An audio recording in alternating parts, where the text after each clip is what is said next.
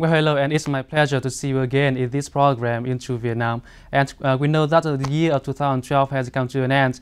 And during the year, Vietnam's economy has experienced a lot of changes. Many improvements have been gained, but there remain a lot of challenges for the economy in the year ahead. And today we invite to interview Mr. Sanjay Kara, the resident representative of the IMF in Vietnam. And together we'll review and evaluate Vietnam's economy in 2012 and look ahead to 2013 for some expectations and forecasts. Mr. Kara, thank you for joining us today. And we know that in 2012, Vietnam has gained many achievements in its economy. And firstly, let me highlight some important achievements as inflation in 2012 has been curbed at single digits. Interest rate has been brought down significantly. Exchange rate was relatively stable with increased forex reserve, and exports achieved significant growth despite the downturn. So, what's your comment on the achievements of Vietnam? Well, first of all, I think all the achievements that you've mentioned for 2012 are real achievements. The inflation did come down very significantly from a very high level in 2011. The exchange rate was very stable. The level of international reserves has also grown.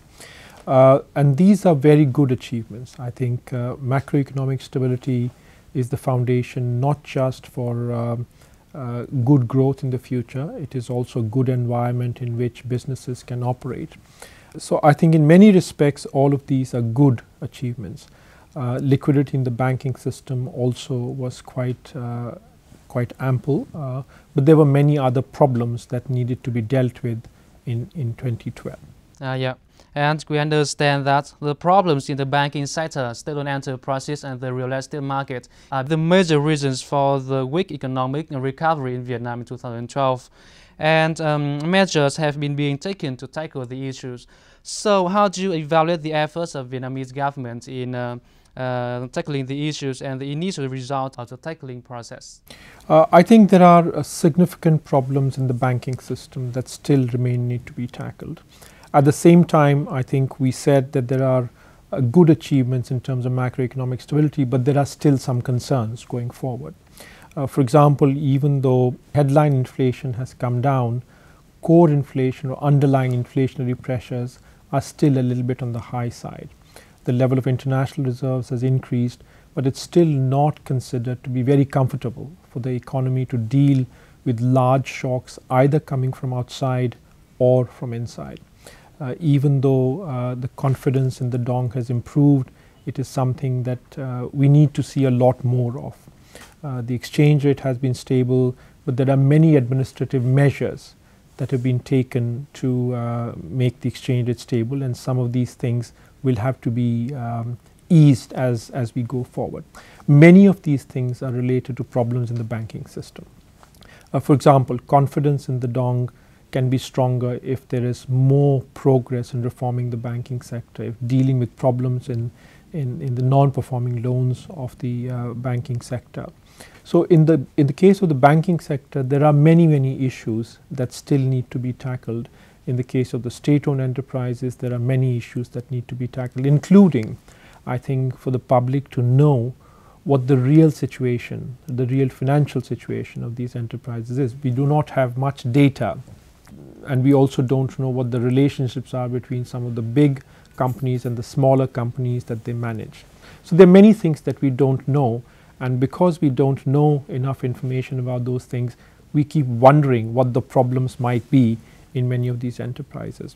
Also, the real estate sector has faced many difficulties. A lot of projects are either slowing down or they're not able to complete, and if the projects are complete, there are not enough people to either rent the places that are finished or buy the housing that is being constructed. So there have been many difficulties in 2012 that need to be tackled in 2013. Yeah, and that's a brief about the economy in 2012, and now we'll look at 2013.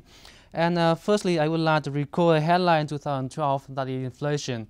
Vietnam inflation in 2012 was curbed at a single digit, and it is very important to stabilize the microeconomy. However, high inflation is expected to occur in 2013. So in your opinion, what is the outlook of inflation in 2013 and its driving force?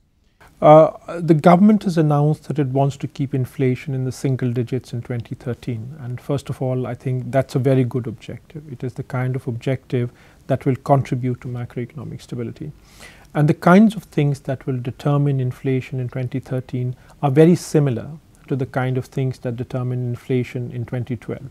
If there is exchange rate stability, if there is confidence in the dong, if banking sector reform can progress a little bit more, then we should see a low inflation. At the same time, there are other factors from the outside, from the global economy, that affect inflation in Vietnam. For example, the price of rice in the global market, the price of oil in the global market, and these are the external influences that affect inflation in Vietnam. At the same time, in 2012, demand was quite weak. We know that credit growth was weak, so investment was weak. We also know that consumer demand was a bit weak. So if growth picks up a little bit more in 2013, there will be slightly additional demand pressures, both from the consumption side and from the investment side, which will contribute to inflation. But if all of the conditions remain broadly the same, then we should be able to have inflation in the single digits in 2013. Good, tight macroeconomic policies and progress on the structural reforms can deliver inflation in the single digits in 2013 as well. And now the problems in the banking sector, the state-owned enterprises and the real estate market are being tackled. So in your opinion, what is your expectation of the banking sector, the state-owned enterprises and the real estate market in 2013? Well, first of all, I think our view is that the progress in terms of reforming the banking sector and addressing the problem in the banking sector, state-owned enterprises and the real estate market has been slow in 2012. And some of these problems are likely to stay in 2013. We still need to see the government announce a very clear time-bound plan with specific actions to deal with the problems of weak banks. Some progress has been made in merging 3 weak banks in 2011, 2 weak banks in 2012, but putting small weak banks together creates a bigger, weaker bank unless steps are taken to improve the governance of the banks, to improve the amount of capital that they have to improve their operations. So a first step has been taken in terms of reducing the administrative problem of dealing with the number of banks, but the strength of these banks is something that is perhaps still needs a lot more work going forward. In the case of state-owned enterprises, we've also heard that there is some progress in reducing the number of non-core businesses that they work in, but there has not been a whole lot of progress that we can point to very concretely to say that the efficiency of state-owned enterprises has improved, and that should be a major objective in 2013. For now, we have not heard any specific plans on how these objectives will be achieved. So we hope that more progress can be made in the banking sector and the SOE sector reforms. So in brief, what will be the overall picture of Vietnam's economy in 2013? Will it be the bright color? I think we can say it will be brighter than 2012. We hope that it will be brighter than 2012. And it all depends on the kind of policy actions that are taken. If macroeconomic stability can be maintained, people who have much more confidence in terms of the investment decisions, in terms of the consumption decisions, if the state-owned enterprise reform, banking sector reform can be accelerated, there will be more confidence that the foundation for strong growth is being laid, and that can generate a lot of confidence. So it all depends on what kind of policies the government is able to follow. On the whole, we would expect that inflation can remain in the single digits. The level of reserves could increase a little bit more going forward if exports remain strong. The confidence in the dong should stay at the current levels, and if there is reforms, it can improve. So overall, we are hopeful that the government will be able to take strong policies which make the economy not only better in 2013 compared to 2012, but also creates the foundation for stronger growth in the medium term, beyond 2030. So based on what you have achieved in 2012 and some expectations for 2013, so in your opinion, how attractive is Vietnam in terms of trade and investment? The many people that we've talked to, despite the problems that we see over the last 1 or 2 years, still consider Vietnam to be a very attractive place for FDI. And the reason for that is that they believe that Vietnam is still competitive in terms of its labor cost. Compared to many other countries in the region, it offers a good infrastructure.